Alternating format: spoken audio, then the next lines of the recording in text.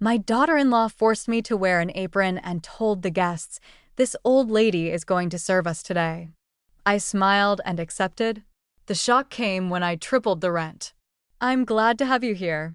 Follow my story until the end and comment the city you're watching from so I can see how far my story has reached. The aroma of roast chicken filled the air as I pulled my cardigan tighter around my shoulders. I stood awkwardly in the doorway of what used to be my kitchen, now Veronica's domain in the house I owned but rented to them at a fraction of its worth. My son Thomas beamed with pride as his wife flitted between guests, her laughter tinkling through the crowded living room. "Mom, you're finally here," Thomas called out, giving me a quick side hug before returning to his conversation with his colleagues. I clutched the homemade apple pie I'd spent the morning perfecting. "Where should I put this?" I asked, trying to make myself useful. Veronica's smile didn't reach her eyes as she approached.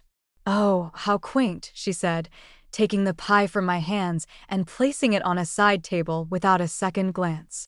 "Actually, Audrey, I'm so glad you're here. We need an extra hand in the kitchen." Before I could respond, she was rummaging through a drawer. The room fell quiet as she pulled out a faded floral apron, one I recognized from my days in this kitchen when this house was still my home. "Here," she said, holding it out to me. "This is perfect for you." I hesitated, aware of the eyes now watching us. "I don't think I owe." "Don't be silly," Veronica interrupted, her voice sweet but her eyes cold as she stepped forward and looped the apron over my head. She tied it behind my back, the gesture feeling more like a shackle than a courtesy. "Everyone meet Thomas's mother," she announced to the room of professionals in their elegant attire. "This old lady will be serving us tonight." A few nervous chuckles rippled through the crowd. I stood frozen, the apron hanging off my 58-year-old frame like a badge of servitude. My cheeks burned, but I forced a smile. "Happy to help," I managed to say, my voice barely a whisper. Thomas, caught up in conversation with his boss, merely glanced over and nodded appreciatively, seemingly oblivious to my humiliation, or perhaps he simply chose not to see it. For the next 2 hours, I served drinks and passed hors d'oeuvres. I sliced the expensive steaks Veronica had prepared, refilled wine glasses, and cleared plates. My hands trembled slightly as I worked, but I kept my composure. Occasionally, I caught pitying glances from some of the guests. Those looks hurt more than Veronica's sharp commands. "The glasses need polishing before you set them out," she said, loud enough for everyone to hear. "You missed a spot on that plate, Audrey." Each correction was delivered with a smile, making it impossible for me to object without seeming like the difficult one. So I nodded and complied, swallowing my dignity with each "yes, of course," and right away. When one of Thomas's colleagues, a kind-faced woman in her 40s, offered to help me, Veronica quickly intervened. "Don't be silly, Margaret. You're our guest. Audrey doesn't mind, do you? This is what mothers do." She placed her hand on my shoulder, squeezing just a little too hard. "Of course not," I replied, the words ash in my mouth. Later, as I was washing dishes in the kitchen, I heard Veronica in the dining room. "Thomas's mother is just so traditional," she was saying. "She insists on helping. You know how women of that generation are. They don't know what to do with themselves otherwise." I scrubbed a stubborn spot on a casserole dish, fighting back tears. How had it come to this? The house that my late husband John and I had saved for years to buy, where we had raised Thomas with so much love, had become a place where I was nothing more than the help. When the last guest finally left, Thomas gave me a quick kiss on the cheek. "Thanks for helping out, Mom." Veronica really appreciated it. My son's inability to see what had happened broke something inside me. I nodded, not trusting myself to speak. "You can leave those dishes," Veronica said, yawning dramatically. "I'm exhausted from hosting. Just let yourself out when you're done, okay?" As I drove back to my small apartment that night, the tears I'd been holding back finally fell. The humiliation burned in my chest, but even more painful was the realization that my own son had watched it happen and seen nothing wrong. I parked outside my building and sat in the darkness, the engine off but my hands still gripping the steering wheel. For years, I'd swallowed every slight, excused every dismissal, all to keep the peace, to stay in Thomas's life. But tonight, something had shifted inside me. The woman who had meekly tied on that apron was someone I no longer recognized or wanted to be. I wiped my tears and took a deep breath. I didn't know yet what I would do, but I knew with absolute certainty that things could not continue as they were. The morning after the dinner party, I sat at my small kitchen table with a tepid cup of tea growing cold between my hands.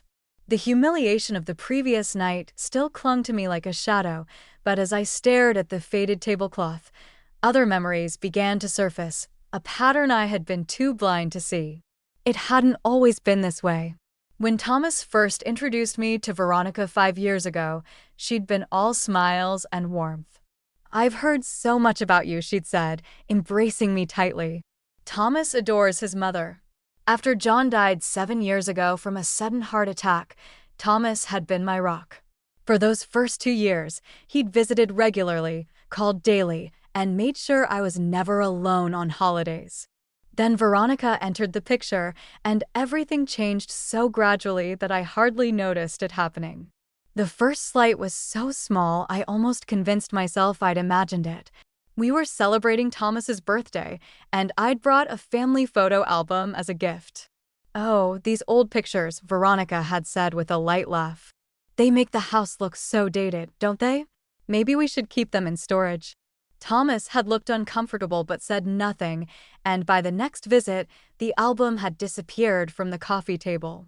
Then came the Christmas, when tradition dictated that we bake John's secret recipe cookies together, something Thomas and I had done every year since he was a child.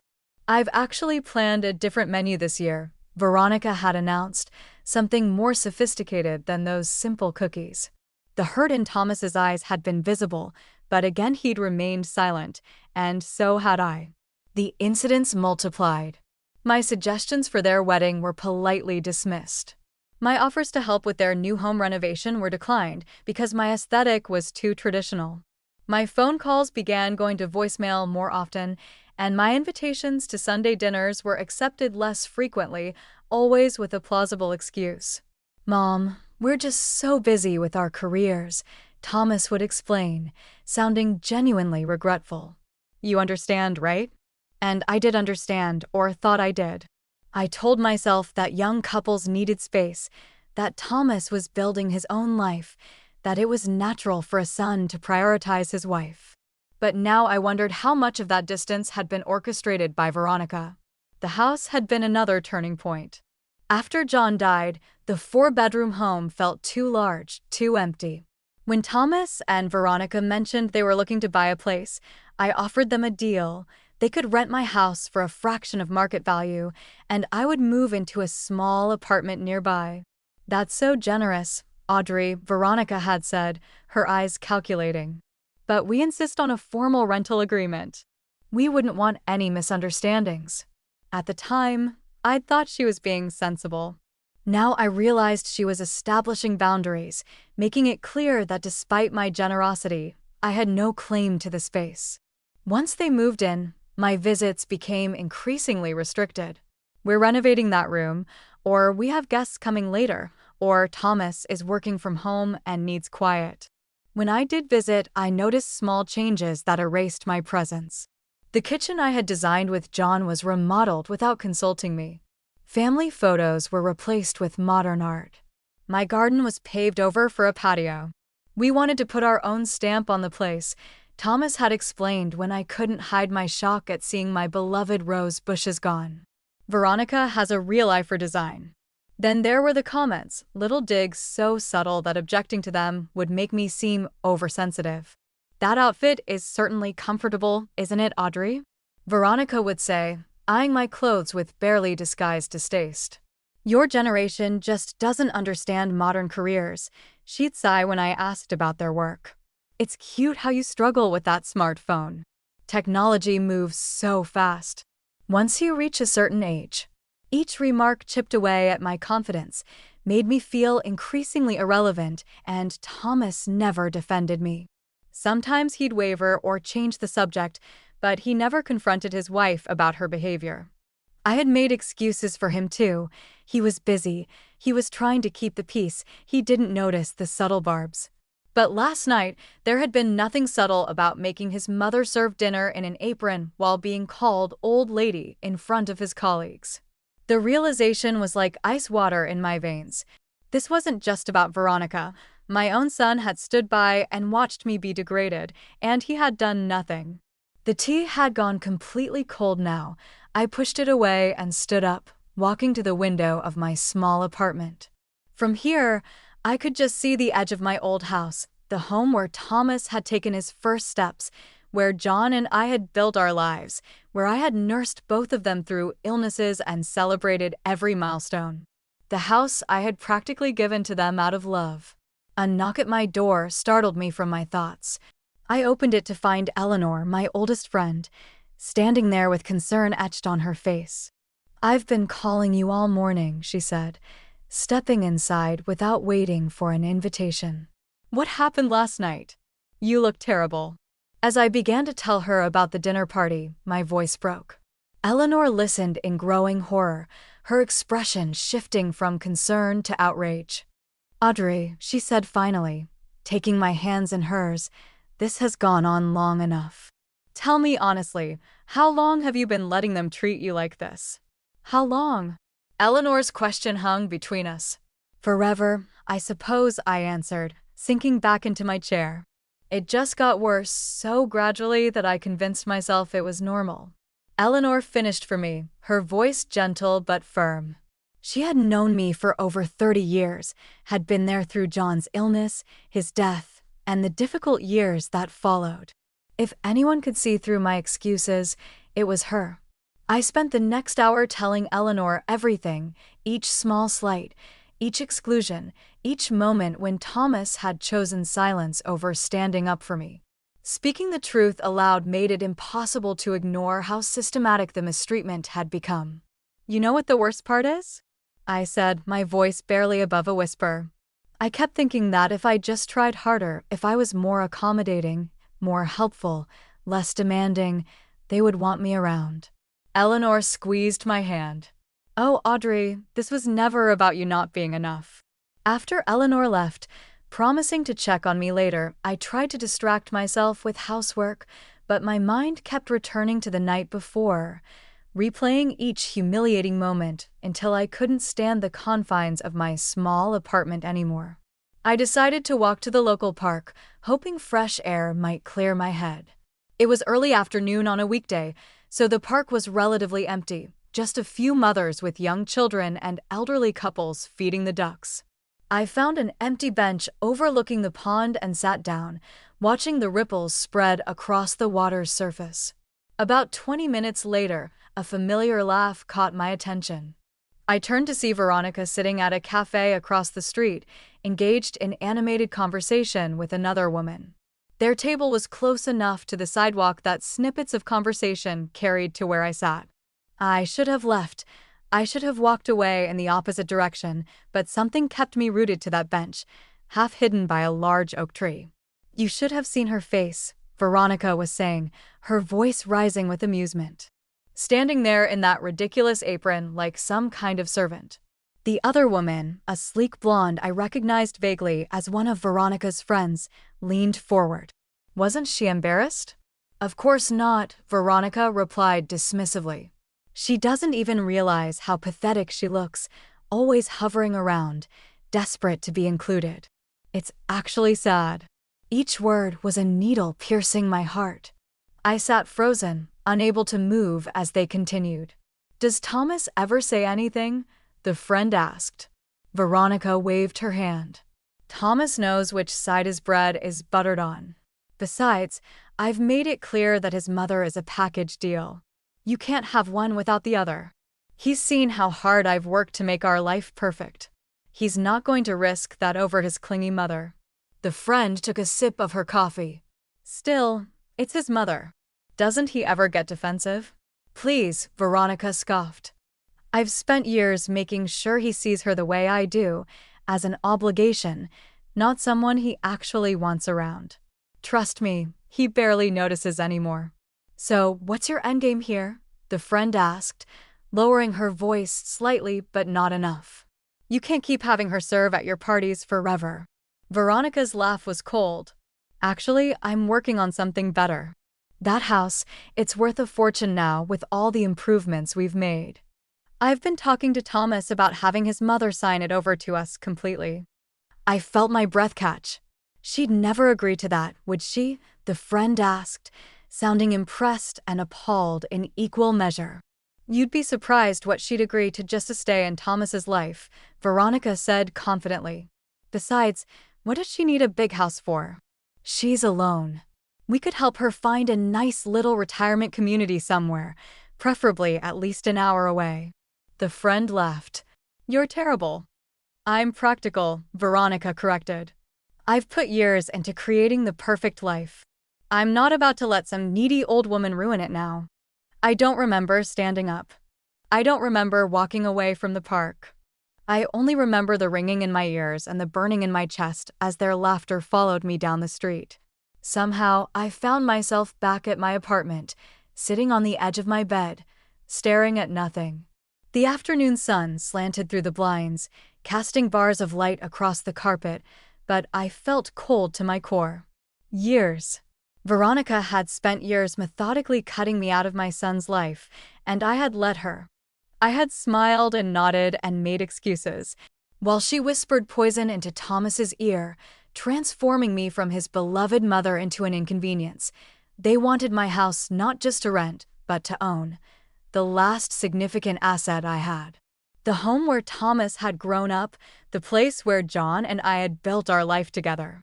My phone rang, startling me out of my thoughts. It was Thomas. For a moment, I considered not answering. What was the point? According to Veronica, he barely noticed me anymore. But I did answer, if only to hear for myself whether she was right. Mom, his voice sounded normal, casual. Veronica and I were wondering if you could come over this weekend. There's something important we want to discuss with you. My hand tightened around the phone. The important discussion that would somehow lead to me signing away my home, the culmination of years of manipulation. Something important, I repeated, fighting to keep my voice steady. Yeah, it's about the house, he said, confirming my worst fears. Don't worry, it's nothing bad. We just have an idea we think would benefit everyone. I closed my eyes, seeing with perfect clarity the pattern that had brought us to this moment. I'll be there, I said finally and hung up before he could hear the change in my voice. I didn't sleep that night. Images kept flashing through my mind. Veronica tying that apron around me, Thomas looking away, the pitying glances from guests, and now the conversation I'd overheard, the calculated plan to take the last thing I had. By dawn, I'd made a decision. I wouldn't confront them about what I'd heard, not yet. First, I needed to understand my position and my options. At 8 a.m. sharp, I called Martin Weber, the same attorney who had helped with John's estate after his death. His secretary seemed surprised to hear from me, but scheduled an appointment for that afternoon. Martin's office hadn't changed in the 7 years since I'd last visited. The same leather chairs, the same framed law degrees on the wall, the same smell of old books and coffee. Martin himself had aged. His hair was now completely gray, but his handshake was still firm, his gaze still sharp. Audrey, he said warmly, it's been too long. What brings you in today? I took a deep breath and explained the situation, how I'd rented my house to Thomas and Veronica, the terms of our agreement, and my suspicion that they now wanted me to sign the property over to them entirely. Martin listened without interruption, his expression growing, increasingly concerned. When I finished, he leaned forward.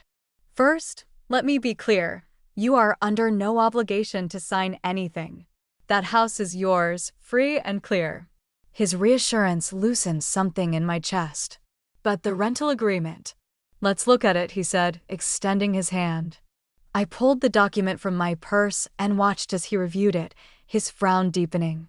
Audrey, he said finally, this rental rate is well below market value. Have you ever increased it since they moved in? I shook my head. I wanted to help them. That's admirable, he said carefully, but according to this agreement, you're entitled to adjust the rent annually. You've never exercised that right. No, I admitted, it didn't seem necessary. Martin leaned back, tapping his pen against the desk. The real estate market in your neighborhood has exploded in the last few years. Properties similar to yours are renting for 3 times what you're charging. I blinked, processing this information. 3 times? At least, he confirmed. You've been extremely generous, perhaps too generous. The implications settled over me slowly. I hadn't just been accommodating, I'd been allowing myself to be taken advantage of in a significant financial way. What would happen if I increased the rent? I asked hesitantly. According to this agreement, you'd need to provide 30 days' notice, but legally you could adjust it to match market rates. He paused, studying me. Is that what you're considering? I thought of Veronica's cold laugh, her casual cruelty, her systematic campaign to erase me from my son's life. I thought of my own complicity, how I'd allowed it all to happen in the name of keeping peace. Yes, I said, my voice stronger than I expected. I think it's time I stopped undervaluing what's mine. Martin nodded and began outlining the steps I would need to take. By the time I left his office, I had a clear plan and a new sense of purpose. My next stop was Lillian Hayes, a real estate agent who had worked with several of my friends. Her assessment of my property's rental value confirmed what Martin had said. I could easily triple the rent and still be within market range, especially given the upgrades Thomas and Veronica had made to the house. The irony, Lillian noted with a wry smile, is that their renovations have only increased the property's value, which means a higher potential rent. I spent the rest of the day doing research, making calls, and preparing myself for the meeting with Thomas and Veronica. This wasn't about revenge. It was about reclaiming my dignity, about establishing boundaries that should have been in place years ago. That evening, Eleanor called to check on me. When I told her what I'd learned and what I planned to do, she was silent for a long moment. "Are you sure, Audrey?" she finally asked. "This could change your relationship with Thomas permanently." "The relationship has already changed," I replied, surprising myself with my certainty. "I just refuse to see it. All I'm doing now is acknowledging reality and protecting myself. And if they react badly?" I sighed, the pain of that possibility still sharp. "Then at least I'll know exactly where I stand with my son." The day of the meeting, I dressed with unusual care, a blue dress that John had always loved, pearl earrings he'd given me for our 25th anniversary, a touch of lipstick. I wasn't dressing for Thomas or Veronica. I was dressing for myself, for the woman I was reclaiming. I arrived at the house, my house, exactly on time. Thomas opened the door with a smile that didn't quite reach his eyes. "Mom, good to see you," he said. Kissing my cheek, Prefunctor said, "Come in. Veronica's just finishing up in the kitchen." I stepped into the foyer, noticing all the changes they'd made. The wall color, the fixtures, the absence of family photos. It was as if they'd systematically erased every trace of the life John and I had built here. Veronica emerged from the kitchen, her smile as artificial as the flowers in the vase behind her. "Audrey, right on time," she said, as if my punctuality were a surprise. "Let's sit in the living room, shall we? I've prepared some refreshments." I followed them into what had once been my favorite room in the house, now transformed beyond recognition. As I sat on the edge of a sleek leather sofa that had replaced my comfortable old one, I felt a strange calm settle over me. Thomas and Veronica exchanged glances before Thomas cleared his throat. "Mom, we wanted to talk to you about something important." "It's about the house." "Actually," I said, my voice steady, "I have something to discuss with you as well, but please go ahead." Thomas looked momentarily thrown off balance, but recovered quickly. "Well, Veronica and I have been thinking.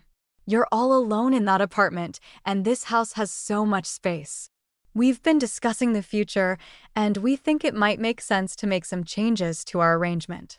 Veronica leaned forward, her expression carefully composed. What Thomas is trying to say, Audrey, is that we think it would be best for everyone if you transferred ownership of the house to us.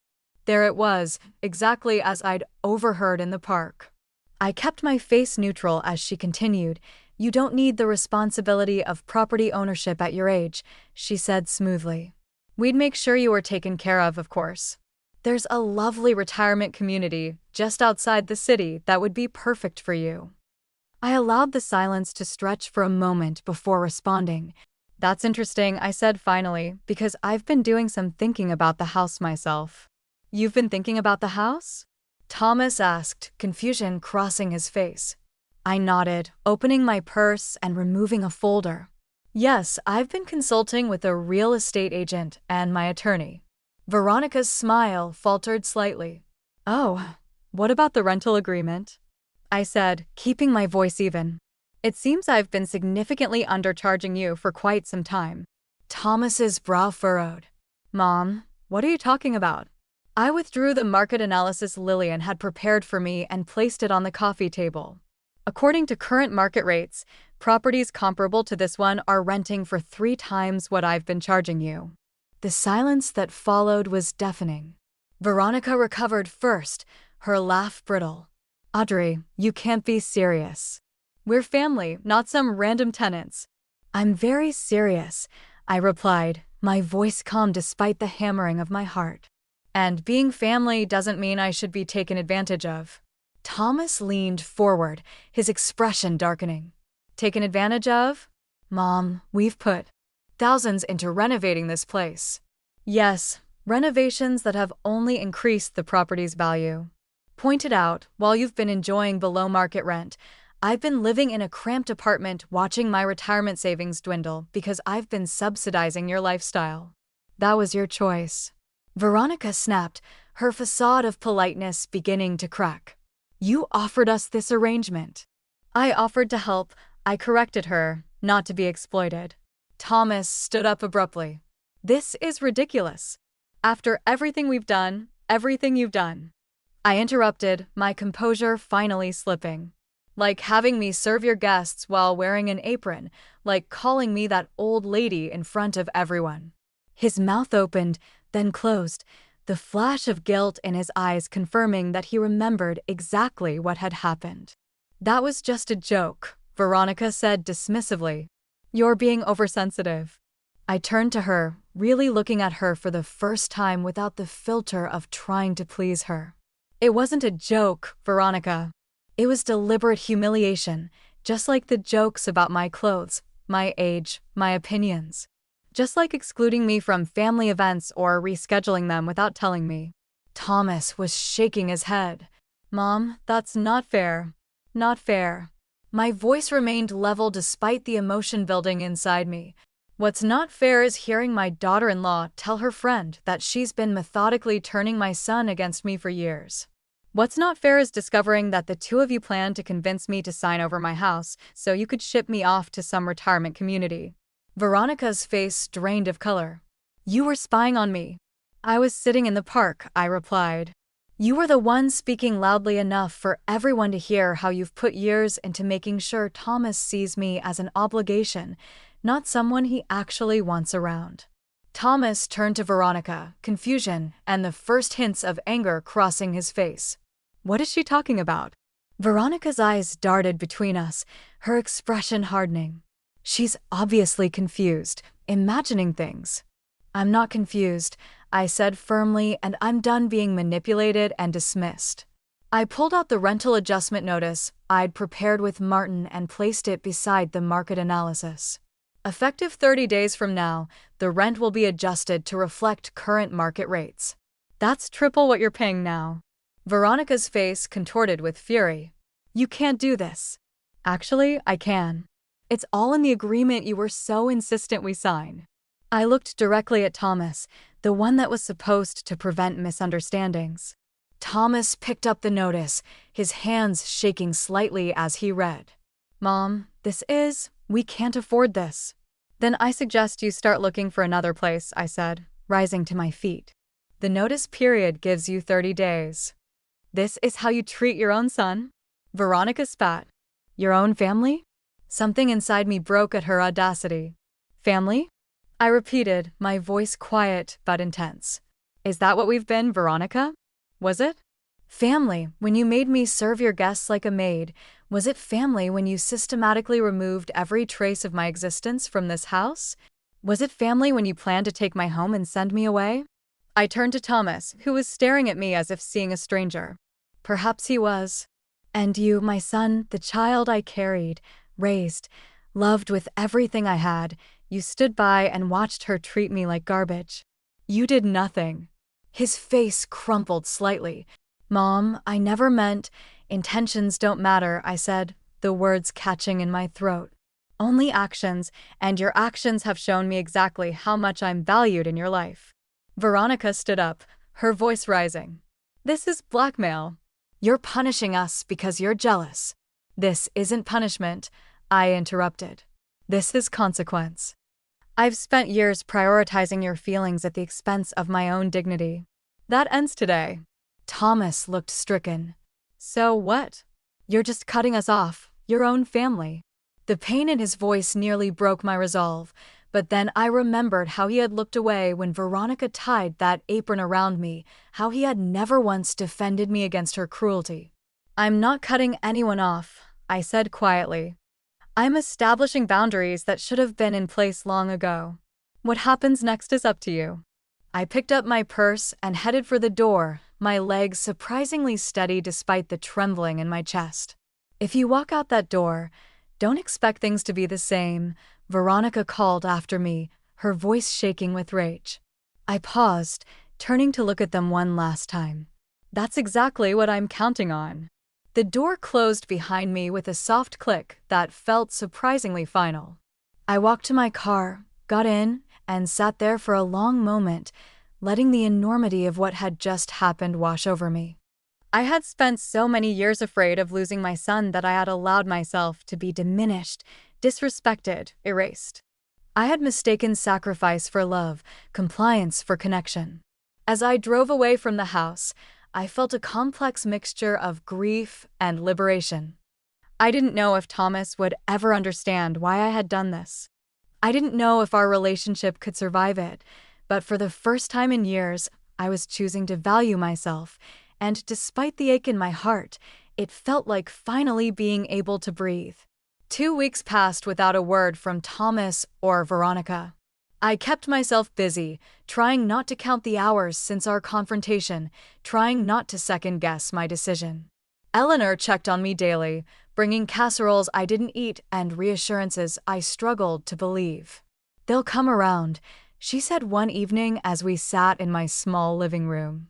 Thomas just needs time to process everything. I wasn't so sure. The look on his face when I'd left, a mixture of shock, betrayal, and something that might have been shame, haunted me. Had I gone too far? Had I destroyed whatever connection remained between us? What if he doesn't? I asked softly. What if I've lost him for good? Eleanor took my hand. And then you'll survive that too, Audrey, but give him a chance to surprise you. On the 18th day after the confrontation, my phone rang. Thomas's name appeared on the screen. My hand trembled as I answered. Hello, Mom. His voice sounded rough, uncertain. Can we talk in person? We agreed to meet at a coffee shop halfway between our homes, neutral territory. I arrived first, choosing a quiet corner table and ordering a tea I couldn't drink. When Thomas walked in, I was struck by how tired he looked, shadows under his eyes I hadn't noticed before. He sat down across from me, hands clasped tightly on the table. For a long moment, neither of us spoke. How are you? He finally asked. I'm okay, I replied, the inadequacy of the words hanging between us. And you? He shrugged, a gesture so achingly familiar it made my heart twist. We found an apartment, he said. Moving next week. I nodded, unsure what to say. Part of me had hoped they would somehow find a way to meet the new rent, that they wouldn't actually leave, but that had always been unlikely. Veronica's furious, he continued, something hardening in his expression. She wanted me to fight this legally, to challenge the rent increase. And you didn't want to? Thomas looked down at his hands. I looked into it. Our lawyer said you were within your rights. He hesitated. But that's not why I'm here. I waited, heart pounding. I've been thinking about what you said, he continued, his voice low, about how I stood by and watched, about how I did nothing. He looked up, his eyes meeting mine directly for the first time. You were right. Whatever I had expected, it wasn't this. My throat tightened. After you left, I couldn't stop thinking about it, about all of it. The dinner party, the way Veronica spoke to you, the way I just let it happen. His voice cracked slightly. I started remembering other things too, comments she made, plans that mysteriously changed when you were supposed to join us, the way she'd roll her eyes when you called. He ran a hand through his hair, a gesture so like his father's it made my chest ache. I knew something was wrong, but it was easier to ignore it, to pretend everything was fine. And then at some point, I started believing her narrative, that you were clingy, that you needed to give us space, that your feelings were your problem, not ours. Thomas, no, please. Let me finish. He took a deep breath. When you confronted us about the rent, about everything, at first I was just angry. But then I asked Veronica about what you said, about her conversation in the park. She denied it at first, but when I pushed, he shook his head, a bitter smile crossing his face. She admitted it. Not just the conversation you overheard, but all of it, the systematic way she'd been pushing you out, the little comments designed to make me see you differently. She acted like I should be impressed with her strategy. Tears were forming in his eyes now. Mom, I'm so sorry I let this happen. I chose convenience over standing up for you. I chose peace with Veronica over treating you right. You with the respect you deserve. The weight I'd been carrying for years seemed to shift, not disappearing entirely, but becoming somehow lighter. I played my part too, I admitted quietly. I never set boundaries, I never spoke up. I was so afraid of losing you that I accepted treatment I shouldn't have. That doesn't excuse my behavior, he insisted, or Veronica's. We sat in silence for a moment, the years of unspoken hurt and misunderstanding between us beginning to dissolve. So what happens now? I finally asked. Thomas looked down at his wedding ring, twisting it absently. Veronica and I are taking some time apart. The apartment I mentioned, it's just for me. I can't be with someone who would treat my mother that way, who would manipulate me like that. I reached across the table, covering his hand with mine. I never wanted to come between you and your wife. You didn't, he said firmly. She did that herself. And honestly, I'm starting to see that her treatment of you is just one symptom of larger problems between us. We talked for nearly 3 hours, peeling back layers of misunderstanding and reconnecting in a way I hadn't thought possible. When we finally parted, Thomas hugged me tightly. I'm going to do better, he promised. If you'll give me the chance. Always, I whispered. 6 months later, I stood in the doorway of what had once been my house, and now was again, in a way I hadn't expected. After Thomas and Veronica separated, he had moved into a small apartment across town, beginning the difficult process of disentangling his life from hers. The divorce was still ongoing, complicated by Veronica's bitterness and demands. I had rented the house to a young family, a doctor, her husband, and their 2 small children. The rent they paid, set at fair market value, had transformed my financial situation, allowing me to move into a more comfortable apartment and even set aside money for travel. Today, Thomas and I were meeting the family for the first time since they'd moved in. Their daughter, a precocious 5-year-old with braids, led us through the rooms, proudly showing us the changes they'd made. The walls were a warm yellow now, the kitchen had been updated. But somehow, the house felt more like itself than it had in years. They're taking good care of it, Thomas said as we left, the sound of children's laughter following us down the walkway. They are, I agreed. It feels like a home again. We developed a new routine over these months, Sunday dinners at my apartment, occasional movies, long conversations where we continued rebuilding the trust that had been damaged. It wasn't perfect. There were still moments of awkwardness, echoes of old patterns we had to consciously break. But there was also a new honesty between us, a mutual respect that hadn't existed before. I had learned to speak up when something bothered me. Thomas had learned to listen, really listen. As we walked to our cars, Thomas turned to me. "I've been thinking," he said hesitantly.